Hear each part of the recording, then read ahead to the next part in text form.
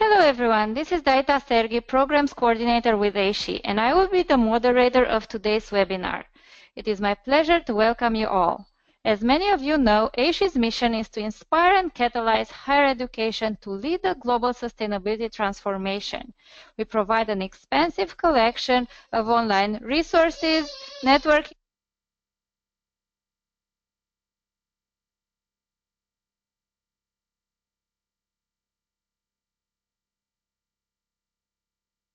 and educational events such as today's webinar and an annual conference and expo which will be held October 9 to 12 this year in Baltimore. Don't forget to register by next Friday, September 15. AASHE members represent over 20% of the 4,000 colleges and universities in the US, as well as institutions in 13 countries, including Canada and Mexico. You can learn more about AASHE on our website, www.aashe.org. Today's webinar is one of several professional development opportunities hosted by AASHE this year. For more details about additional events, check out the events section of our website. Please note that today's webinar is being recorded. If you experience difficulties or have to leave early, you and others can view the recording later. Presentation materials will be available after the live broadcast as well. Everyone in the audience is on mute, so the only way to communicate with the panelists is by typing your questions or comments in the questions pane in the control panel on your screen. Feel free to type in questions or comments at any point during the webinar, and these will be addressed after the presentations. If you have additional questions, please email them to us at webinars@aashe.org. At the end of the webinar, you'll have the option to provide feedback regarding today's presentations. We take your suggestions into account when planning for future webinars, so please fill out the post-webinar survey, and thank you in advance for letting us know your thoughts. At this time, I'd like to introduce today's presenters. Benjamin Offill, Sustainability Communications and Marketing Manager at the University of Massachusetts, Damon Eklund, Communications Coordinator, and Toran Elsty, Events and Outreach Coordinator at the University of Washington, James Taylor, Coordinator at the University of North Florida, and Zanita Daver, Director, All In Campus Democracy Challenge. More information about the presenters is found on the AASHE website under this webinar listing. So finally, it is my pleasure to welcome all attendees and thank you for joining us today. At this time, I'm going to turn to Julian Dotremont-Smith, AASHE's Director of Programs, to get us started. Okay, good afternoon, everyone. I'm just going to say a few words of introduction before turning things over to our presenters. So we at AASHE are very excited to be hosting the second annual Campus Sustainability Month this year. And we organize this primarily as an opportunity for campuses to engage and inspire incoming students to become leaders for sustainability, right? You know, thousands of students have arrived on your campus for the first time, and now is a great opportunity to start the conversation about sustainability with them. And there's a ton of different ways that campuses can participate, and you'll hear in just a moment about how some other campuses have used Campus Sustainability Month, as well as other kind of big events to get students excited. And like last year, we've tried to make it as easy as possible for campuses to participate. So we've pulled together a few different ready-made opportunities that are happening in October and that your institution can plug into, such as the Project Green Challenge, the Global Climate Change Week, or the 2016 Eco Challenge. Links to these and more are all on the Campus Sustainability Month homepage. So definitely be sure to check that out. There are two new elements this year that I wanted to bring to everyone's attention. The first is that we've worked out a special deal with Bullfrog Films for AASHE members to screen one of 4 movies on their campus during Campus Sustainability Month for a discounted rate of $85, regardless of the size of the screening. And so details about that, again, are accessible on the Campus Sustainability Month homepage. And you'll find out there what movies are available and how to get that discount. And then second, given that this is an election year and that this election is going to have pretty important implications for sustainability, we're also encouraging participants to make voter education and outreach a key component of Campus Sustainability Month. And if you think about it, in some respects, getting students excited to vote may be among the most important ways that campuses can contribute to sustainability this fall. And so that's why we're really excited to have Zanita from the All-In Campus Democracy Challenge with us today, and she's going to talk a little bit about some of the resources that they offer to help with voter education in October. So with that, I think we can get started on the presentations, and Benjamin Othel from UMass is going to kick things off. So Benjamin, take it away. Oh, hello everyone. Thanks for jumping in on this Sustainability Month. So I wanted to give a brief overview of the University of Massachusetts Amherst. We are the flagship of the university's system here in Massachusetts, and we have 22,000 undergraduate students and about 6,000 plus graduate students. Our sustainability sort of came about organically, and after a while, it ended up, sort of being in all different places across our very large campus. So we have multiple sustainability staff in multiple different departments, meaning that we don't have like a centralized hub. We just sort of all gather together and do things accordingly, sort of trying to have different aspects of sustainability playing it all the time. So for Sustainability Month, what we did is we took all of the events and we put it into one sort of campaign that we sent out via email blasts, via social media, and via press releases. And this helped the campus community as well as the public know about all the amazing options we have here on campus. So I'm going to try to quickly go through the monstrous amount of events we had to try to give you guys some ideas of what you can do on your campus, as well as to try to sort of show what an organization that has, an institution that has multiple departments involved as opposed to a centralized location. So our library decided to have different types of programming. One was to show the screening of Inhabit, which is a permaculture documentary that so happens to feature the University of Massachusetts. They also had this great Talking Truth, Finding Your Voice in the Climate Crisis. And what this was an event that allowed you to engage with the community and talk about the emotional ramifications of climate change. And these events allowed you to, express your personal beliefs either by writing things down or by talking in front of a large group and sort of figuring out this emotional side of the climate crisis. This event became so popular that it's actually now full-time throughout the semester this year. We also participate in the EPA Game Day Challenge, and this particular event is a friendly competition between university and colleges, and what it is it's a recycling competition, and it happens during any sort of sporting event. For us, it happens during a football game here on campus, and volunteers collected recycling during tailgating, and you weigh them, and then you send in the results, and you compete with those in your division. We also do an annual trash sort that usually happens in September or October, but it was in October, so it got included in this Sustainability Month activities. And so the trash sort's a pretty interesting thing that's been going on for a bit.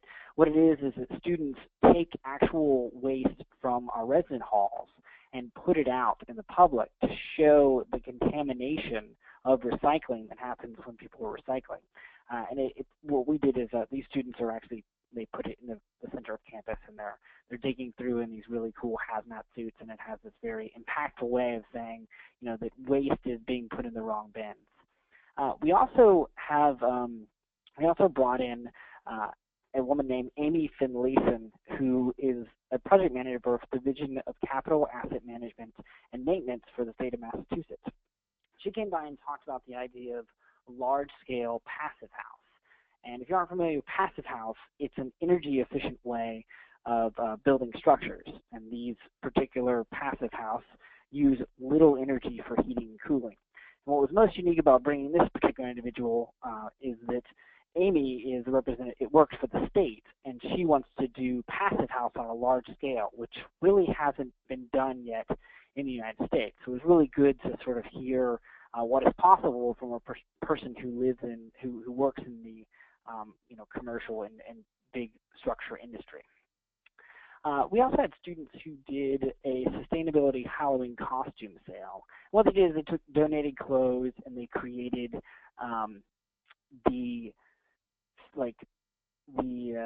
they took the donations and first created prefab costumes, and then they created a section for DIY. So students were able to go and purchase costumes for themselves while also being able to make or add to costumes. And this is like a low-cost opportunity for students and also a good way to reuse clothes. We also did a couple of things around our campus itself, the structures on our campus. And we did a public tour of our newest targeted LEED Goal building, the Integrated Learning Center. We also had a talk with our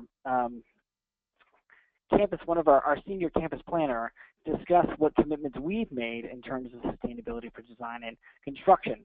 And this is particularly good to do for a community when you see all these buildings going up. They don't really know what they mean for, in terms of why they're being designed a certain way, and Lou had the opportunity to explain this to the public and to the campus community. We also are really known for food here on campus. We actually were just rated #1 food by Princeton Review in the country. And so, of course, we have to have food things because it's kind of our deal. We had a garlic planting day, which happens to occur in October. And students, went out and did some garlic planting, got their hands dirty, and then, later watched them grow into lovely garlic bulbs. We also did some faculty public engagement and sent faculty to the Boston Public Market in Boston. And we had Professor Wes Audio, director of Stockbridge School, give a presentation about apples. He is an apple expert, and so he was able to bring all different types of species, talk about the differences, and give a little tasting. We also did a screening on a separate date with Andy, I'm missing his last name, Andy Danielchuk, who did this film about fish farming and the positive and negatives about it. And we also ended up serving a tasting of some sustainable fish. So that's what we did in the Boston market. So all of these things were put under one roof in terms of communications. We did these email blasts, and we put out social media campaigns that were almost daily. We put it on our sustainability webpage. We put it on our university's homepage. We had a calendar section for it. We put it on postered and put images on TVs, and did a press release as well as communicated to local sites. And Sustainability Month is a good way, if you're able to do multiple events, to show the breadth of what your university has to offer to the public and to the campus community. Sustainability for us is a small part of what we do in terms of there's a lot going on here, and sustainability is being integrated into every aspect, but people just aren't aware that this is a sustainable thing because they just are used to it. So it's good to highlight the work by these events, and being able to put these all under one thing and then communicate to the public that this all is happening is sort of the best way to do it if you have multiple events.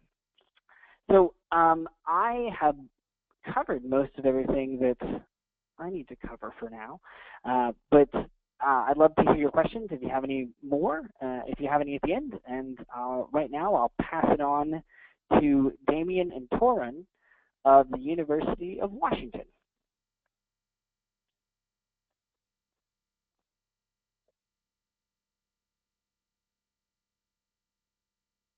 Yeah, hi, this is Damon Eklund with the University of Washington Sustainability Office. And I'm Torin Elstey, also with the University of Washington Sustainability Office. And we're going to talk a little bit about our Sustainable UW Festival, which we do in conjunction with Campus Sustainability Month. Our office, the University of Washington Sustainability Office, is an administrative office that's sort of charged with promoting sustainability across all aspects of campus. So we have a number of initiatives that we do within our office. We also communicate kind of across campus, so we try to communicate some of what student organizations are doing, some of what different academic departments are doing, what our operations are doing. We like to think of ourselves as sort of a central information hub for campus. While we're not doing all of those things necessarily, we can at least connect people to all the things happening on campus. And so we have a lot of partnerships and networks on campus.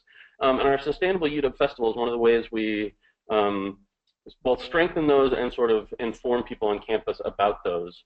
So here we have a photo of one of our central sustainability events during the festival, which is our exhibitor fair, held on one of the central spots on campus. We try to get dozens of exhibitors, again, both student groups, academic departments, some campus vendors and community partners. So it's sort of a showcase of everything that's happening. That's one of our main events. We have a lot of other events that are happening through the festival, and that's what we're going to kind of talk about, how it all comes together. So our festival highlights, again, as we said, sustainability across all aspects of the University of Washington. What we try to do is sort of showcase the depth and breadth of sustainability efforts that are happening, a lot like UMass just talked about, while also our office puts on a number of events that are happening just for the festival and for Campus Sustainability Month. We're also trying to showcase a lot of events that would normally be happening or events that are happening that our office might not have anything to do with. So part of what that festival concept allows us to do is to bring events organized by lots of different departments and groups on campus all together under one umbrella. And our sustainability, our fall sustainability event started in about 2010. We called it at the time Sustainability Summit. It was in conjunction with the National Campus Sustainability Day. In 2014, we expanded to a festival concept, partially because the Sustainability Summit was largely organized by our office. Sometimes we had multiple events. Sometimes it was just that central exhibitor fair and maybe a speaker, or there may have been some other events, but it was sort of limited to events that our office put on. And in the festival concept, we wanted to expand what we were doing by also bringing in events that were happening around campus. So that allowed us to build up the event and make this a larger scale festival type thing without adding a lot of office resources. And one of the things that I wanted to point out, for our festival, we highlight this and sort of promote it as a week during October, during that Campus Sustainability Month. We also have the flexibility to promote things that are happening throughout the month. So, a lot like the University of Massachusetts does, one of the benefits to other people on campus of our festival is that we are able to promote all of these different events, again, under that one umbrella. And our office coordinates all the communications. So we have a web page for the festival that includes an online calendar. We have multiple events happening each day.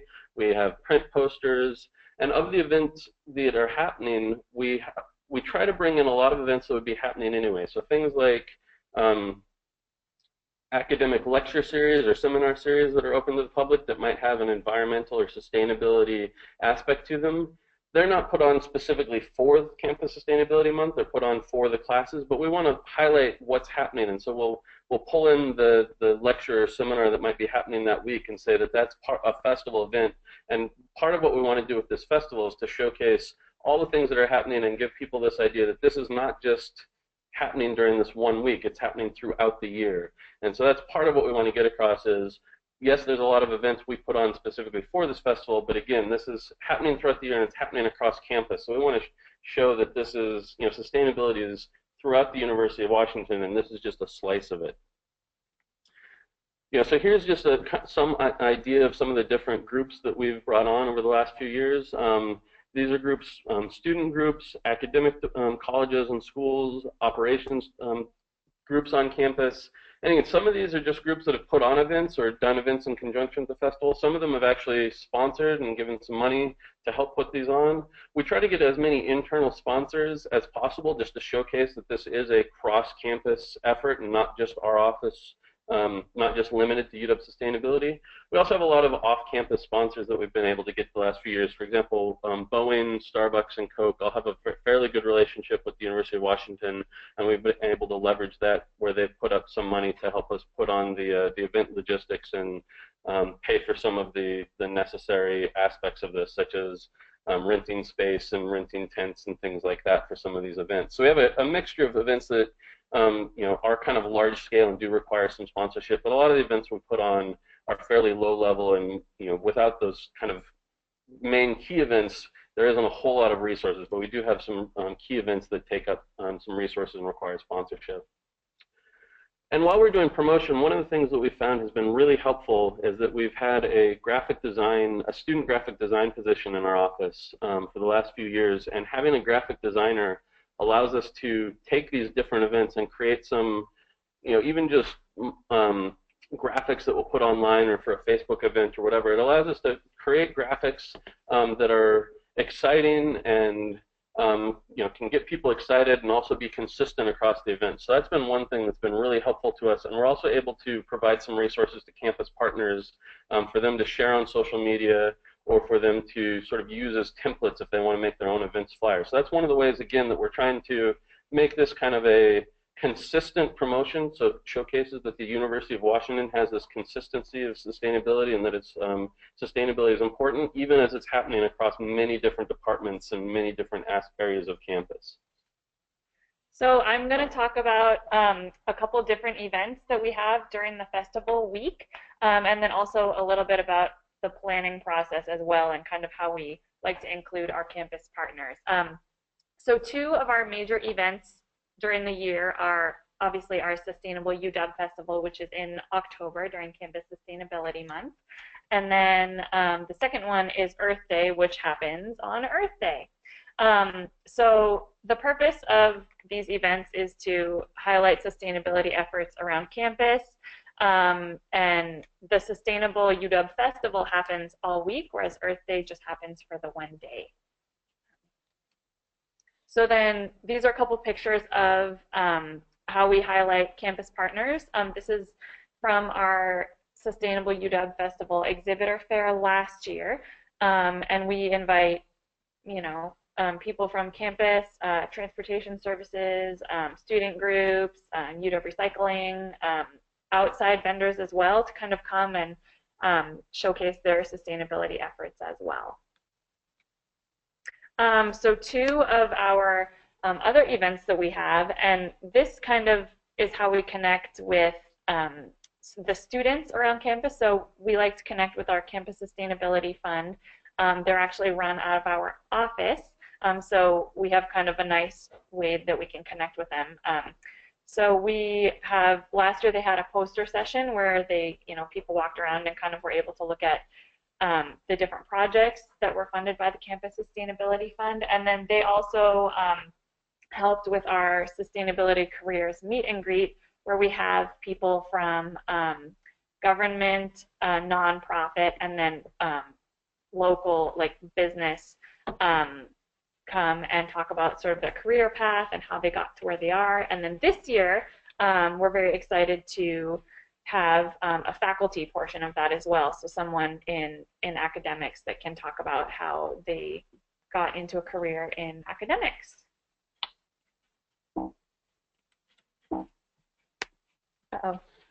Okay, so with our planning process, this year we decided to have, beginning in June, a festival steering committee. So each month we would have a meeting with 20 campus partners and see if they had any events that they wanted to highlight during the month. And then for them, they could have them during the week or during the whole month of October. We could promote their events through our website, and then they could help promote ours. So it's just kind of a whole collaboration thing. And we tried to bring in as many people from across campus as we could to kind of foster the connection. And then this is an example of what we use to sort of plan the events. This is our festival planning guide, so you can see that we've kind of have it broken up, with whatever the event is, and then all the things that we need to do underneath that. So this is kind of a good way for us as an office, to collaborate on planning such a long week of events, and to make sure that everyone is on the same page and that we know what's going on and keep that in mind. So. Yeah, and one thing that I'll add while we're going through the planning, our office is sort of in charge with planning the some of the main events. So we often have, in addition to the exhibitor fair, where we're bringing in dozens of groups on campus to gather in one central location on campus, and we'll have thousands of students come by during the day to interact with those exhibitors. That's the most visible piece on campus. We also have had events like the career meet and greet that Torrin talked about. Each year we try to have what we call a Husky highlight, where we're showcasing one campus partner. In the past we've done athletics and the Clean Energy Institute here on campus. This year we're going to do a look at medicine and some greening health initiatives that we have going on. And we've also had a Huskies for Humanity event each year, where we bring in and look at students, alumni, faculty, staff, all that are working on some aspect of improving the community with a different theme. So those are things that our office works on, and those are the events where, for example, this planning guide, we're tracking things like making sure that we have event space located, that speakers are confirmed, tracking sponsors, communication. So we have those events going on, and then especially earlier on, as Torrin mentioned, during the summer and leading up to it, we're spending a lot of effort trying to connect with people on campus that might be interested in showcasing their own sustainability efforts, but may or may not know kind of what this event is and what's happening. So that's our office's role, is both to bring people in and also to sort of set up some of the main events. But as we mentioned, what we want to do is set up some main events and then have as many other people on campus work towards this as we can, so that it's not just our office happening, so we can really pull in the campus overall. I'm just going to go back real quick to kind of these primary annual events and wrap up. One of the things we really like about the Campus Sustainability Month, or our festival that's really that week long, but we do pull in the Campus Sustainability Month throughout October, is that Earth Day is sort of the most visible piece of the year for us, and the one that people sort of expect us to do events at. But during October, during our Sustainable UW Festival, it's our major opportunity to connect with new students on campus, or new staff, or even students that may have been on campus for a few years but haven't really seen some of the efforts that are happening. So because it happened so earlier in the year, this is really our chance to sort of showcase what's happening on campus to people new to campus. It's also kind of a challenge because the University of Washington is on a quarter system. We're not actually starting fall quarter until the end of September. So a lot of times the Sustainable UW Festival happens just 3 or 4 weeks into our academic year, which can make it kind of difficult, especially to bring in student groups to have events. So that's kind of both the real opportunity we have with Campus Sustainability Month and sometimes the challenge, is that because it happens so early in the year, we're able to get to new people, but also can be difficult to integrate students in as much as we'd like. So with that, I'll kind of throw it over to our next presenter, who's James Taylor with the University of North Florida.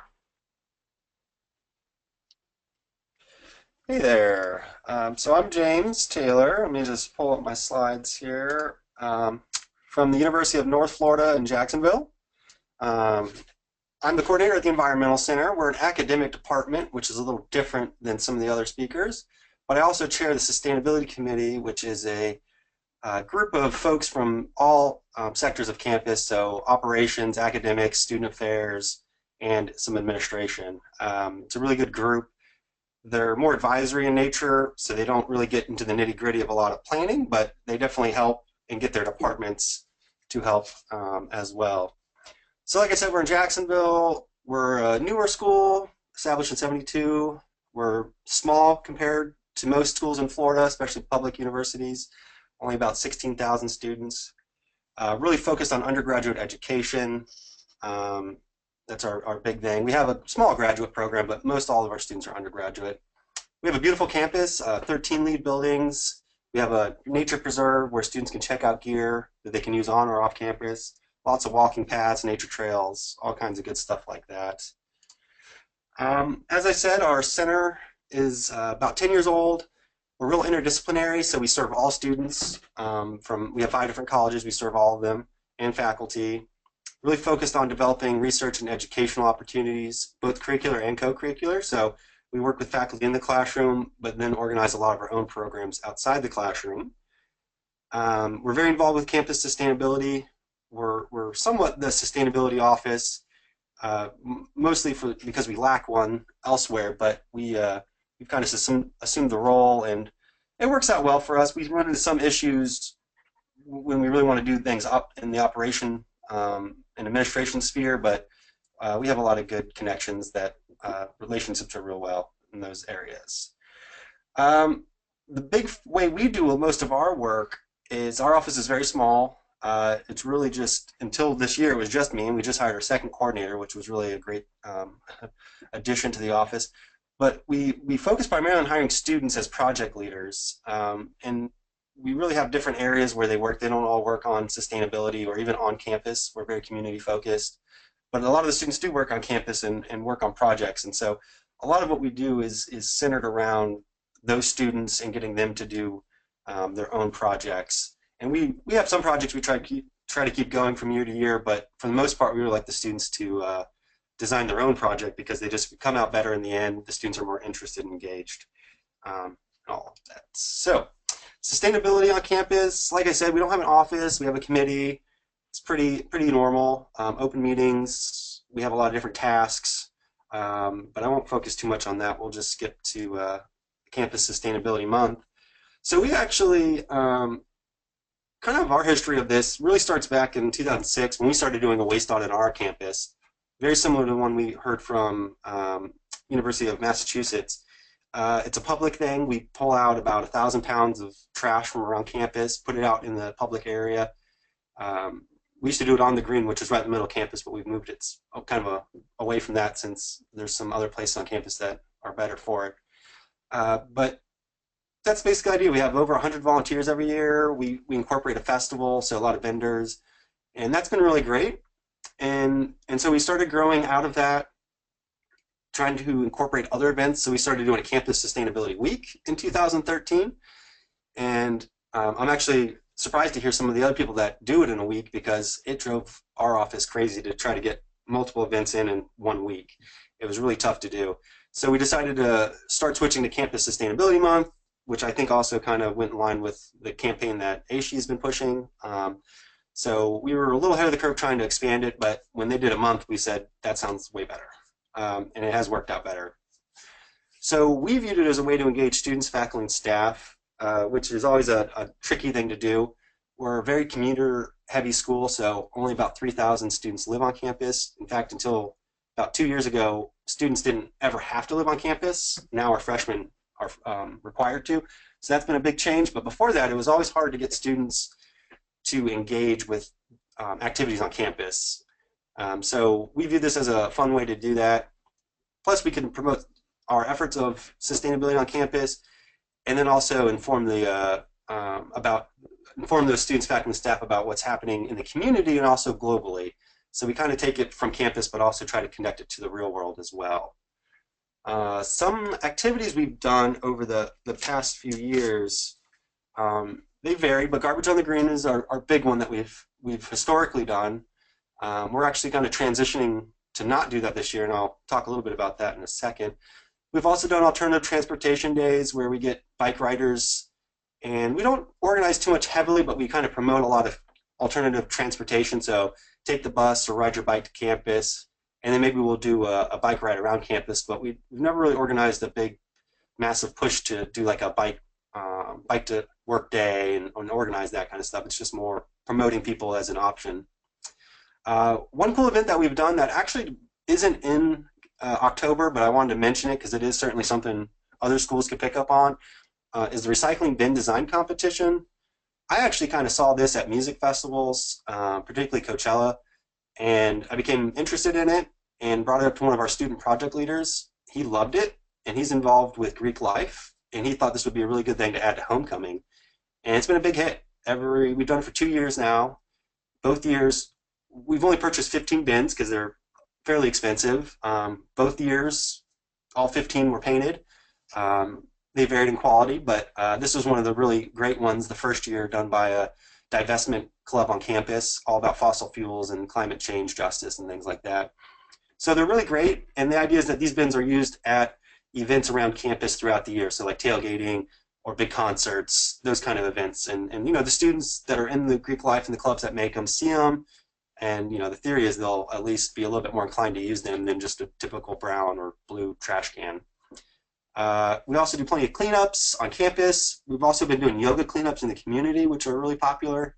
So we go to parks and the beach, and we'll do a session of yoga for about an hour, and then people will clean up for about an hour, and those have been real popular. And we also leverage some community assets, like we have a real great recycling facility in Jacksonville, so we go and visit them, as well as some other places around town. For this year, we're looking at doing things a little differently.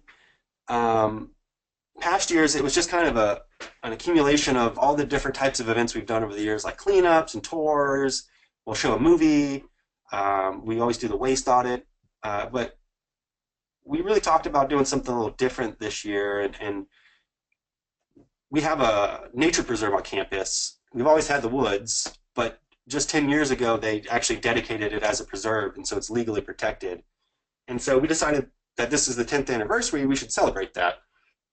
So instead of doing some of the typical events we've done in the past, we've gone with a theme of preserve celebration. And I think it's kind of cool to mix it up a little bit. Not that the other events weren't continually popular, but for the staff, it gets a little stale sometimes. And plus, it's just great to mix it up and we might get a different audience than we normally get with some of the other activities we've done. So like some of the other groups, we really push for collaborations. We don't organize all of these events. We really push for other departments or clubs to put events together, or we can partner with people or organizations on campus to host events. So the AASHE Gardens is our organic garden on campus. They are hosting workshops all throughout the month. They do this all year long, but the ones in October we're going to help promote as part of the Campus Sustainability Month. Preserve Adventure Days is going to be a fun day where we have activities. We have a ropes course, so there'll be free zip lines. We'll be out on the lake paddling, different things like that. And we're going to mix in a little bit of, I don't know, we're going to put together some postcards that students can sign and send to the administration about how happy they are that they have a preserve on campus. So we're trying to incorporate a little bit of light activism, we'll say, into it as well. Yoga cleanups, those are things we do in the community, so not all of our events are focused on campus specifically. We're doing an art exhibit with the art department, so they got really excited about doing an exhibit, a juried exhibit, because students in the art department need those, and so they were really excited about that.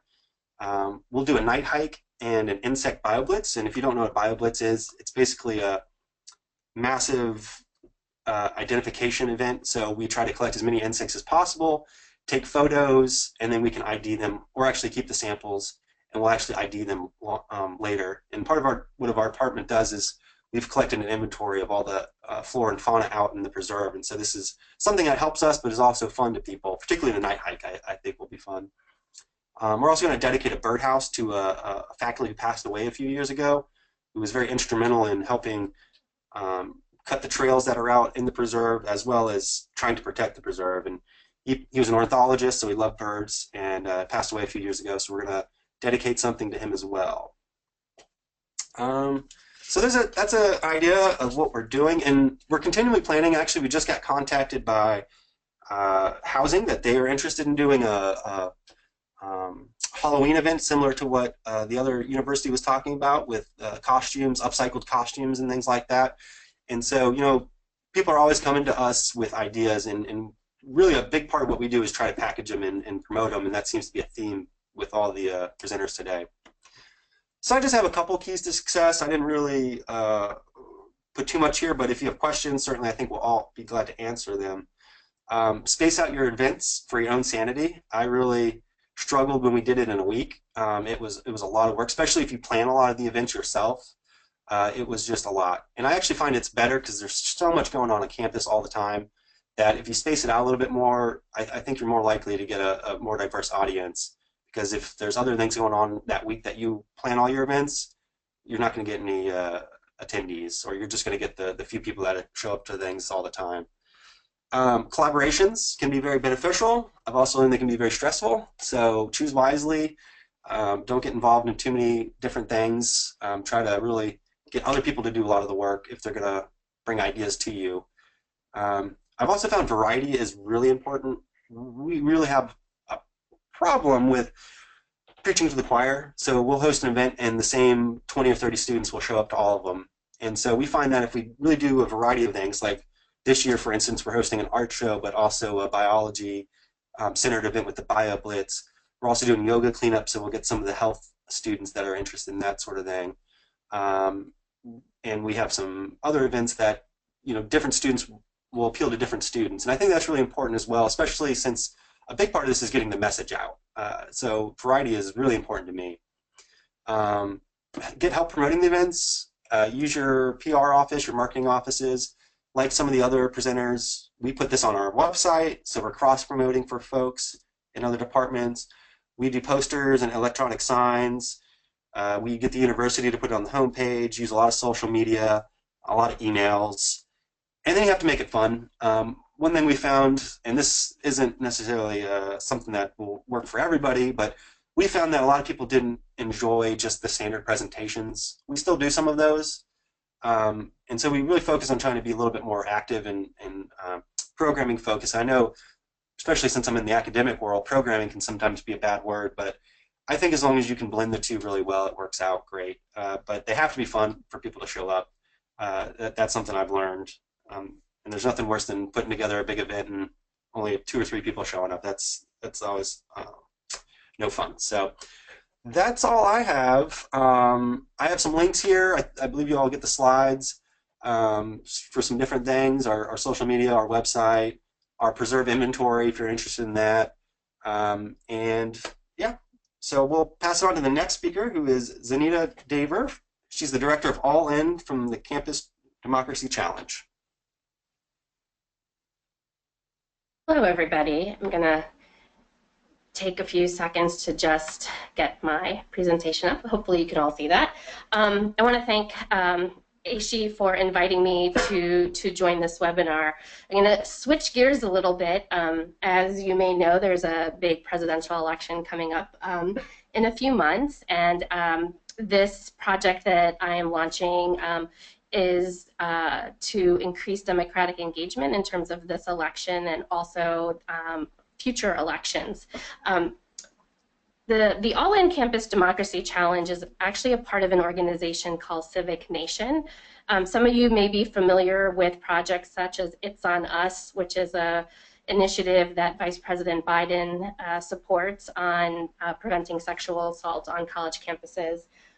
Also a part of Civic Nation is the United State of Women. Some of you a few months ago may have seen the event on the news where Oprah interviewed the First Lady. That was one of our events. And the other one that's connected to higher education is called Bake Better Room, and that is a program where we encourage students to go to college. The All-In Campus Democracy Challenge, which I'm just going to refer to as the All-In Challenge going forward, is actually a very new initiative. We launched, soft launched this past June and officially launched in July. And I'm very excited to say that we have 145 campuses in 35 different states already participating. And I want to thank Julian for inviting me to present on this so we could share this effort with all of you. As you know, students are very engaged on their campuses and definitely with sustainability issues. Students are volunteering, students are protesting, they're active in very many different ways, and for some reason they do not see the value in being involved in our democracy. And as an age group, they vote at much lower percentages than other segments of the population. And so one of the things that we want to try to do is change the culture around that, though we talk about it in the terms of democratic engagement, and we think about democratic engagement not just participation during an election, but participation between the elections and participation in a variety of ways. So working at your local community level, working at your state level, and also working at your federal level, and voting, organizing, running for office, volunteering, having political dialogue. All those kinds of things are the things that we want campuses to do in terms of increasing democratic engagement. And we feel if campuses do that for the 4 to 6 years that students are on campus, by the time that they graduate, that they'll be active and engaged citizens. So on your screen, you can see our mission statement. We want to improve democratic engagement. We want to increase student voting participation rates. And we really want colleges to graduate students with a lifelong commitment to being informed and active citizens. And so we developed this program as a way to encourage campuses to do more and to reward them for their good efforts. In order to participate in this, any accredited degree-granting post-secondary institution can apply. And for this year, we do have a deadline that's coming up at the end of the month, that is the deadline for being considered for an award that would count for this election in 2016. We will be offering our awards every 2 years, which I'll explain why in a second. So we will be having campuses continuously join us whenever it is convenient for them. There's 5 steps that we ask the campuses to complete. The first one is going to our website and completing a really simple online form that says that they have made a commitment and designating who their primary point of contact is on their campus. We then ask them to develop a plan. We suggest that the plan be completed by a committee, ideally a campus-wide committee that includes faculty, staff, and students. We want the committee to set some goals and develop that action plan. And as part of that action plan, we require that campuses be enrolled in the National Study of Learning, Voting, and Engagement. And since I've been doing this job, I've been fascinated to learn that 900 plus campuses actually participate in this study.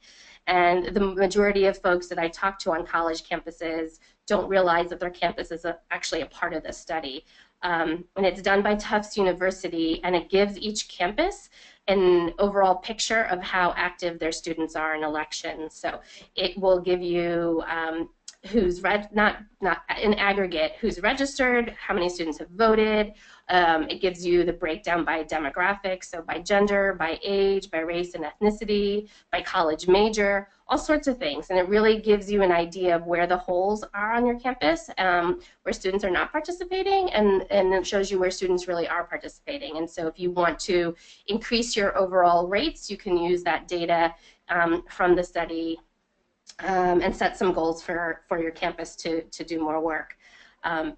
The third step is that we ask you to put that plan into action, and then we ask you to share your success. There is a slight delay for each of the elections. The National Study of Voting, Learning, and Engagement, which we fondly refer to as NSOLV, functions on or collects data every presidential and midterm election. So they collect data every 2 years.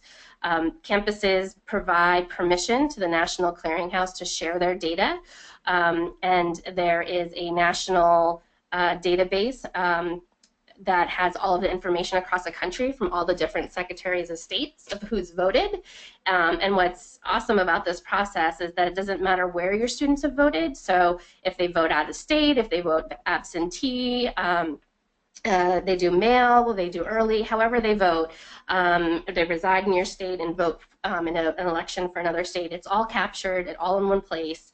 And the clearinghouse matches that voting data with your student record data, and then it sends all of that information without student identifying information back to Tufts, who then uses the national data set for national research and then provides each campuses that's participating with their own data and an all report about their own data, about their own students.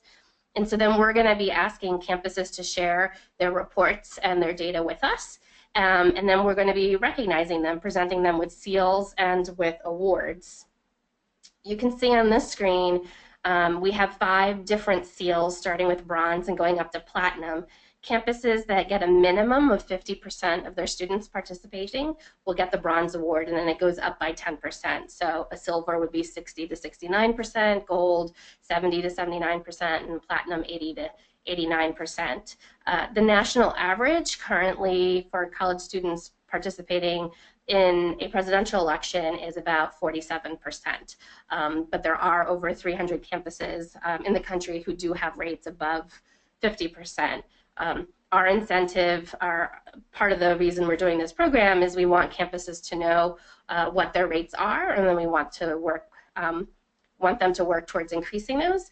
And our theory of change goes as students participate more often while they're in college, they will continue to do so after they graduate. And then we'll also offer a few awards, which we're calling best in class. So depending on your institutional type, the campus with the highest rate in that specific class. So for example, a small 2-year college, or it could be a large 4-year public institution. In each of those different types of categories, we will give an award to the highest in that category. And then we will also designate one campus a champion. And in order to win that award, your campus must be in the gold or platinum seal category. And this award will also be a little bit subjective. It won't be completely based on the rate, but also on the voting laws in the particular state, as well as the action plan that we asked you to submit. So we'll take a few things into consideration before determining who the champion is. Oops, I'll go back. That was my last screen. So really, the connection that I think Julian was seeing to this program, and as we mentioned, that democratic engagement happens between elections, not only during elections. A lot of the programming that I heard about today from the other campuses are all about things that are important to students, and they are active in many different ways, and one of those ways to make change happen is to vote. And so I think that a lot of the programs that you are doing can contribute to educating students so they are knowledgeable about what the issues are, so when they make a decision of who they're voting for, and also they can become aware of the opportunities to vote if you share that information at your events. Now I'll pass it back to Julian.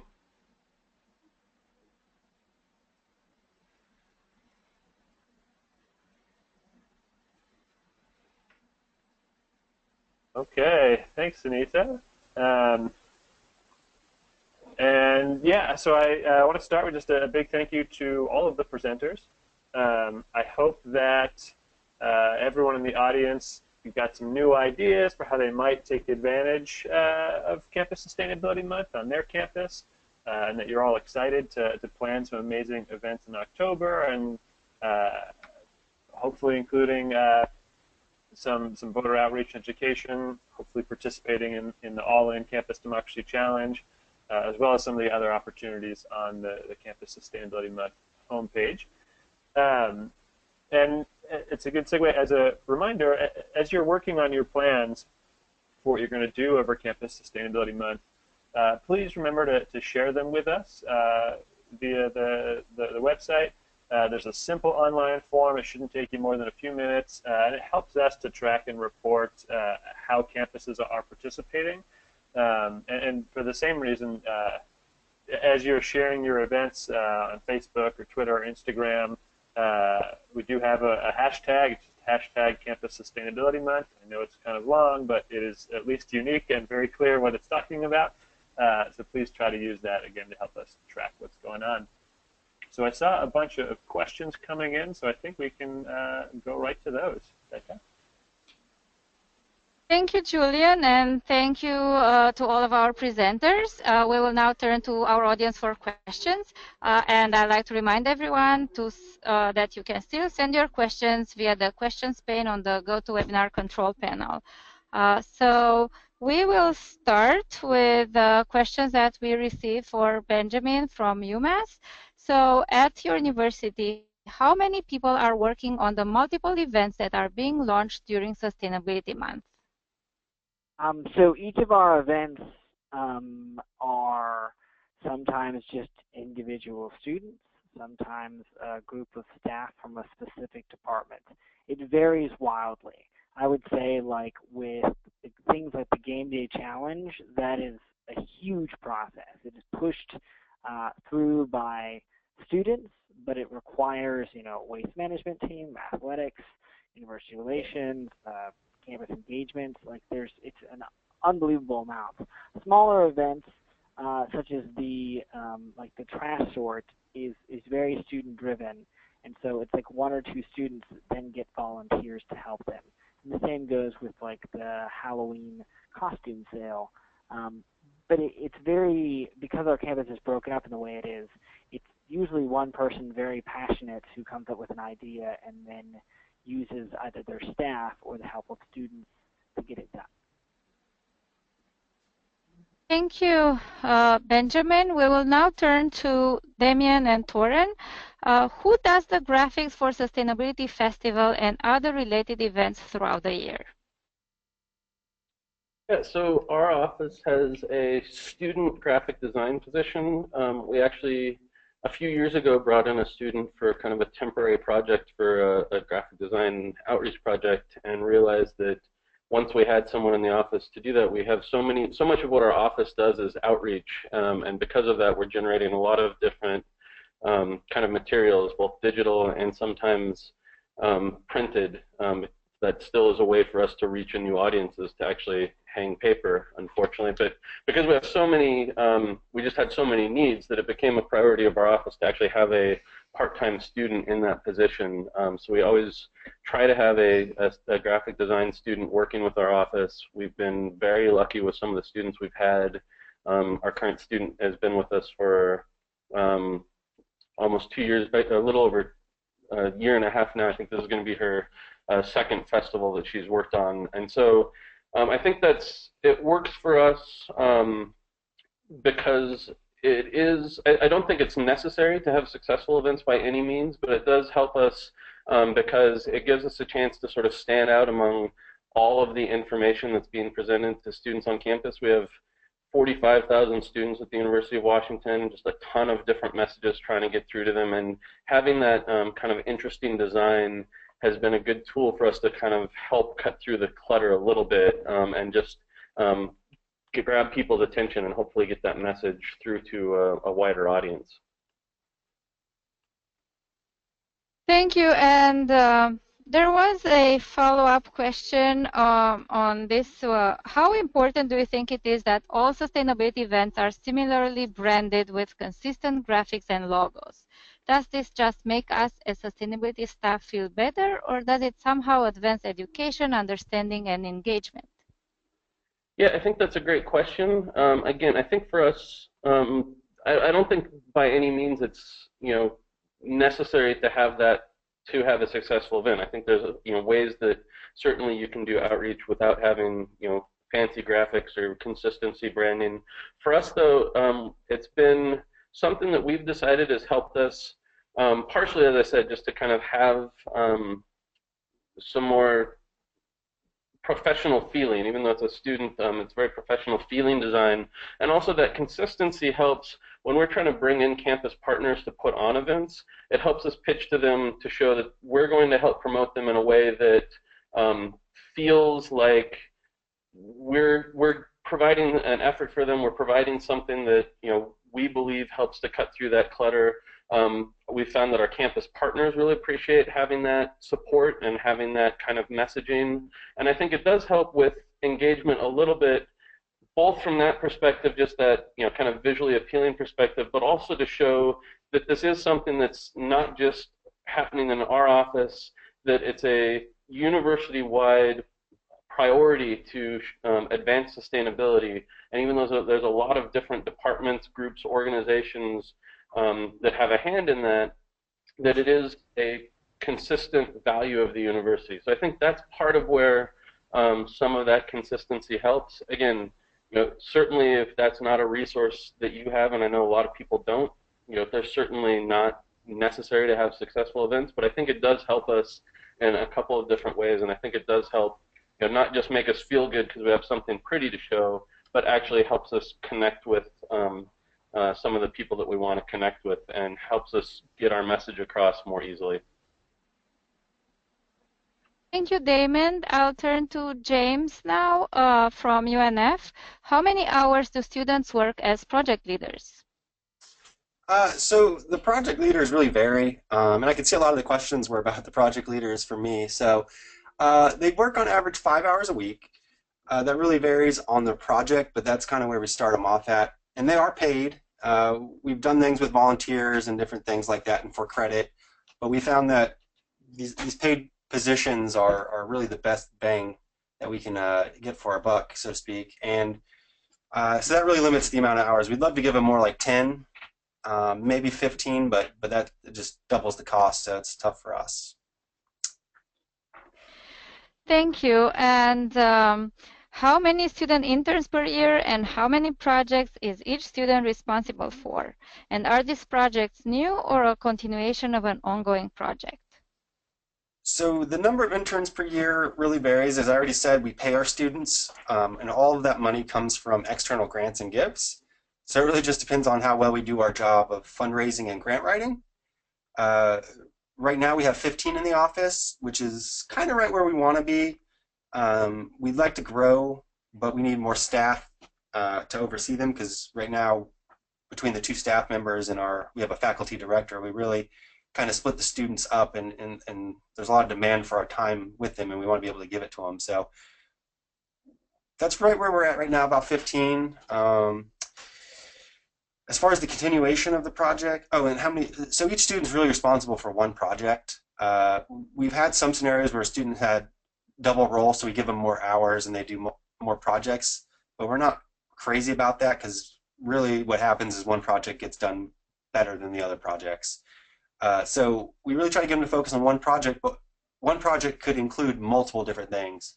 One of the things we do a little differently than other people or other departments I've seen, programs I've seen, is we try to hire students that work in our office really from the day they start till the time they graduate. We want to keep them as long as possible, which typically is 2, maybe 3 years if we're lucky.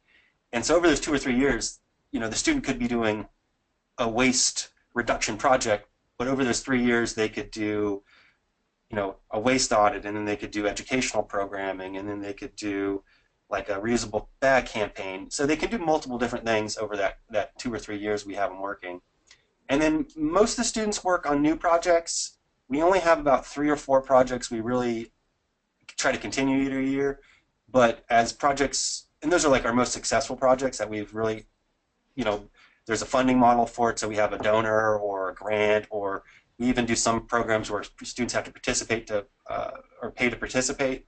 And so ones like that have their own funding structure typically stick around longer.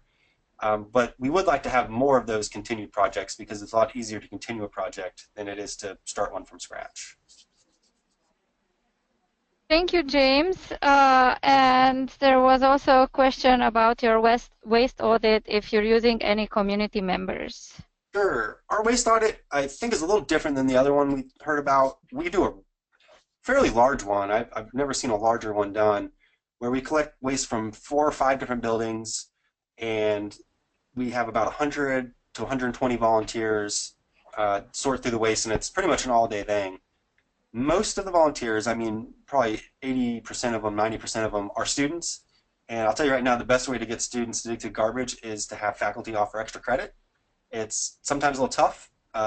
We also give out T-shirts. That's usually a good thing to do. But 2 or 3 intro classes, and by the time October rolls around, there's quite a few students who are already looking for extra credit. So it works out really well. We don't promote to the community members, but if somebody within our network wants to participate, which happens regularly, but 2, 3, maybe 5 people at most. But one of the things we've been really successful with that has worked out really well is we've partnered with a local high school. They have a science club or honor society at their school, and that group of about 20 or 30 students has been coming out for 3, maybe 4 years now, and they're stellar, because unlike the students on campus who kind of come and go, those students are here for like 3 or 4 hours, and so they don't sort through the trash the whole time, but they're here for a fixed amount of time, whereas the other students kind of come and go. There are some additional concerns with high school. They're underage. The teacher actually approached us, so she handles all the work from the school side, which can be troubling to get a field trip. But that school is very supportive because they're science focused, and this is a waste audit, so it's science oriented. So that's been really successful to get that high school involved, but not too many community partners or community members. Thank you, James. I'll turn to Zenita now, and there is a question about signing up. Who from the university is required to sign up for the campus commitment? It can be any faculty, staff, or administrator. Anybody that's employed by the university just cannot be a student. Thank you. And there is another question. I would love to integrate voting into sustainability events, but sometimes we face a lot of opposition and negative feedback around sustainability and voting. Any pointers or tips on how to resolve this negative connotation or talk to students who bring up concerns or negative aspects? Sure, I can definitely talk to more about the negative perception around voting. I'm not as familiar of the issues related and the negative feedback that comes to sustainability. But our greatest frustration is dispelling the myth that, or the belief that voting is a partisan behavior. And one of the first things that I do when I talk to anybody, regardless of age or whether they're a student or not, is that voting is a right that we've been given and is actually a privilege for citizens of this country. There's many folks in the world who don't have that ability, and when they are given that ability, will stand in line for days and will do whatever it is that is necessary to be able to make their voice heard. And so one of the things I always go back to is how can we educate students on the topic and how that connects to your participation. And so in this case, when talking about sustainability issues, some of the ways that change has to happen is through policy. And some of that policy happens by who is elected into office. And, you know, we all have differing opinions, and I think that that's a good thing. And I always tell students, it doesn't matter who you vote for, it's more important that you vote and make sure your voice is heard. And that's the message that we really want to get out, that if students are young adults in our country don't participate, the decisions that are going to be made today are going to affect them in the future. And in order to make good decisions, they need to be informed. And so your programs contribute to them making those informed decisions. And so I think as much as you can talk about voting in that nonpartisan language, it will get you a lot farther than trying to link issues and how folks should vote. Thank you, Zanita. Yeah, can I add one other thing really quickly to the question about signing up your campus? Because I know there are quite a few people on this call. If you do go to our website, you can see the list of the 145 campuses that are participating. So you can find out if your campus is already involved. And then if you're curious in getting involved in the challenge and your campus is already a part of it, I can let you know who that point of contact is so you can coordinate events with them. Thank you, Zanita. And as a follow-up question to all the campus presenters, how are you incorporating voting this year? And let's go to Benjamin first. So how are we? I'm sorry, I missed what you just said. Are you incorporating voting this year or recruiting for voting in your events? Not at the moment, but you know, after hearing this presentation, there's a lot of options out there. Thank you. Damon or Torin? Yeah, so we specifically are not like from our office, but there's probably a lot of student groups that are going to be at our exhibitor fair that probably would incorporate voting somehow. So. And James? No, we don't have any plans, but I'm actually really interested in what was presented, and I think there's some other departments we can partner with that would have a little bit more experience with kind of voting issues, like sociology department, political science, those sort of departments. So I might look into that for this year, but definitely maybe in the future years. But this year's the year to do it with the election, I guess. So. Thank you all. And we received a couple of questions that are for all the campus presenters. So I'll go through those, and then let's go in the same order that we answered this question. So the first one, what has been the most successful promotional tool to connect with new students? Benjamin, and that would be social media.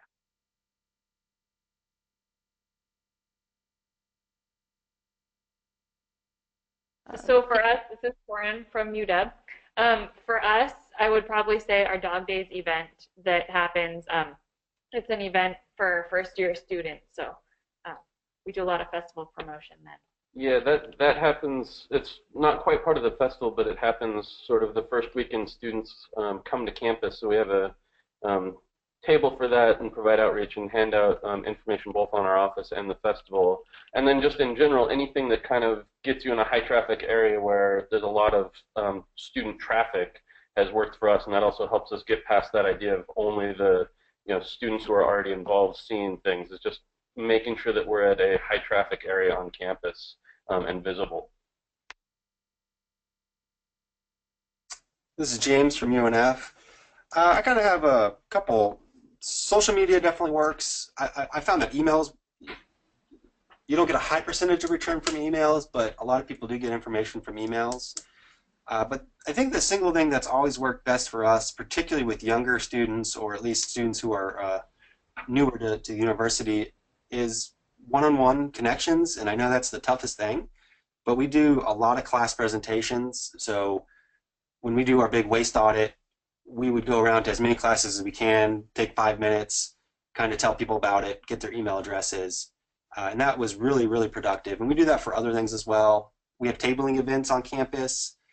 Again, they're tough because you got to commit the hours, but I find that if you talk to people, it really does make a difference. And you invite them and encourage them to attend. And then obviously if friends invite friends, that works too. And another thing with the waste audit, the extra credit, like I said, if you get a couple intro classes to offer extra credit to go to your events, people are going to come. We get a lot of new people from that event, and most students who we work with, maybe not most, but quite a few of them, the first thing they ever did for us was garbage on the green, which is the waste audit, because their class told them to go, and it worked out well for us. Thank you. The next question for all four of you are, do you find that your events are reaching the same folks every time? Those students who are already in environmental groups, or are you really reaching new campus members? It depends on the event. When we have annual events that are the same thing you do every year, it does tend to bring about the same people. But if you try to do something different and unique, people tend to engage it. It's also about making sure you're communicating to those people outside and specifically targeting them in your communications.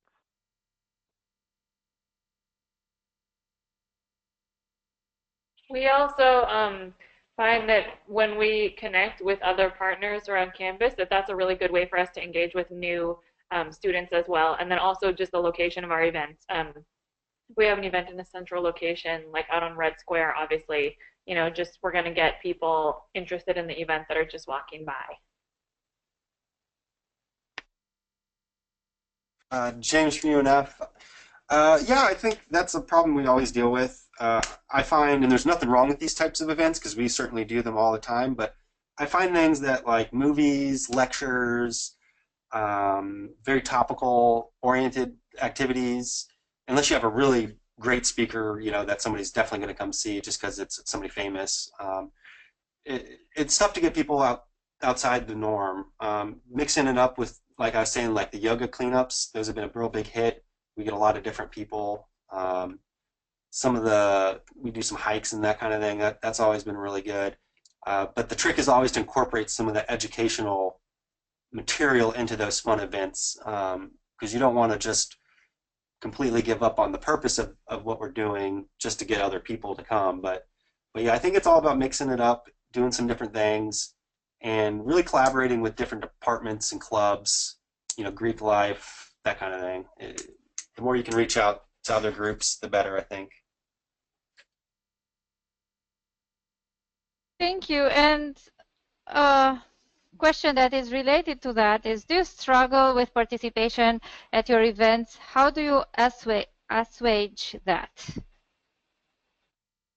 That is a tough one. I think that when you don't have a lot of people at that event, then you should consider why. Was it a topic that people wanted to talk about or not? I mean, I think that we've honestly had some pretty unpopular events, and it has to do with the type of the way we're talking about it. Like lectures, for instance, are not that popular. But nonetheless, even when you don't have a lot of people coming, I think it's important to consider that sometimes you will catch a couple of students that are really interested in it, and you need to provide that opportunity even when it's not the big, popular event. It's still really, really worth it, because that person who goes to that one event could literally change the world.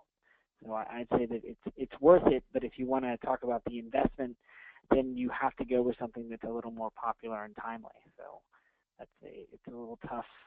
It's pretty tough. I mean, I think that it's always going to vary from event to event. Yeah, I would agree with that. At the University of Washington, we have seen that having sort of speaker events or lecture type events that our office, the sustainability office, has sort of organized have been very tough to get an audience to. We've had much better luck with things like career events where we're offering a chance for students to connect with people who are already in a career that they might want to be in, or to have some more interaction.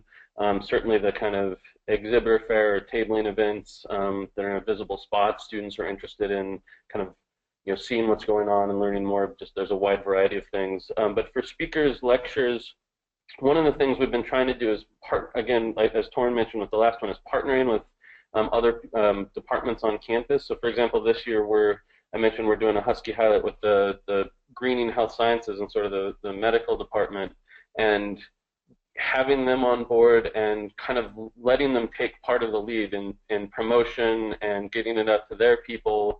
And we're also promoting to our normal audience and the campus audience, but having a campus partner that's heavily invested in kind of helping promote. Our attention is sort of taken up with a lot of different events. So if we have a campus partner who's kind of invested in that one event, that has certainly helped us both reach a better audience and kind of have a better drive more attendance to those events. So that's kind of been, we're still working on exactly how to make that happen, but certainly the more people, the more partners we can have involved, the better off we've seen kind of that attendance work for us.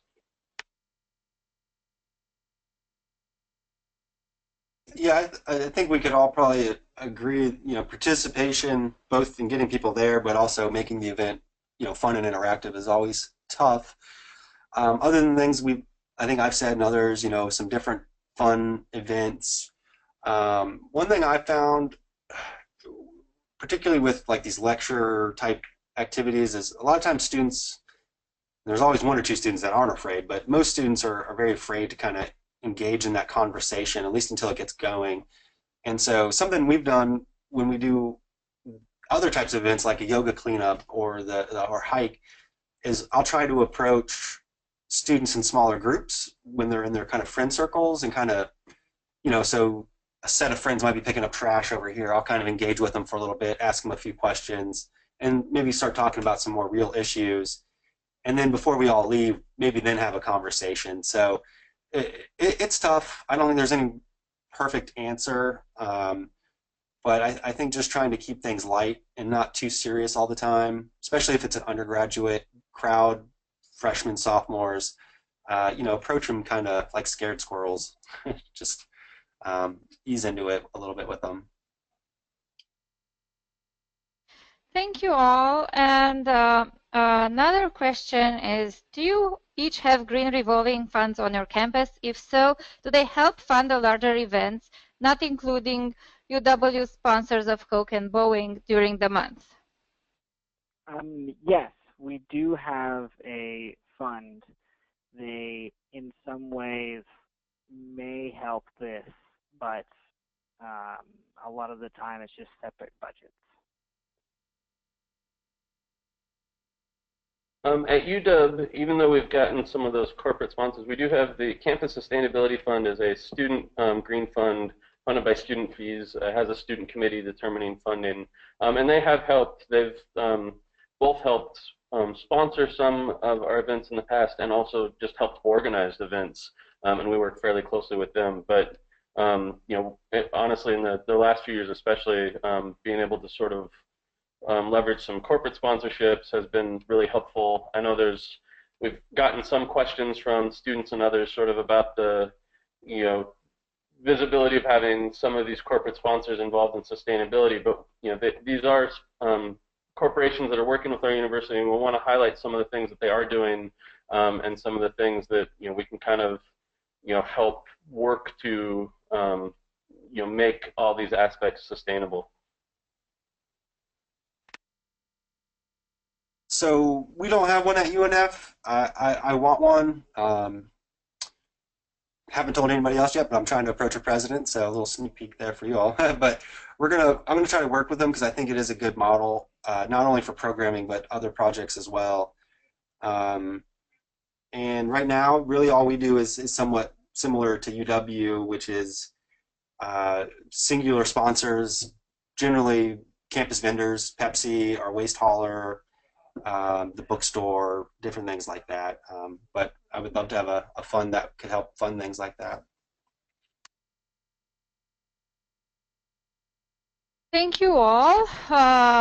This is the last question that we received, so we will conclude at this time. Thank you to all the presenters for a great discussion and sharing your information with us, and thank you everyone for attending. If you have additional questions after the webinar, please email them to webinars@aashe.org and we will get back to you.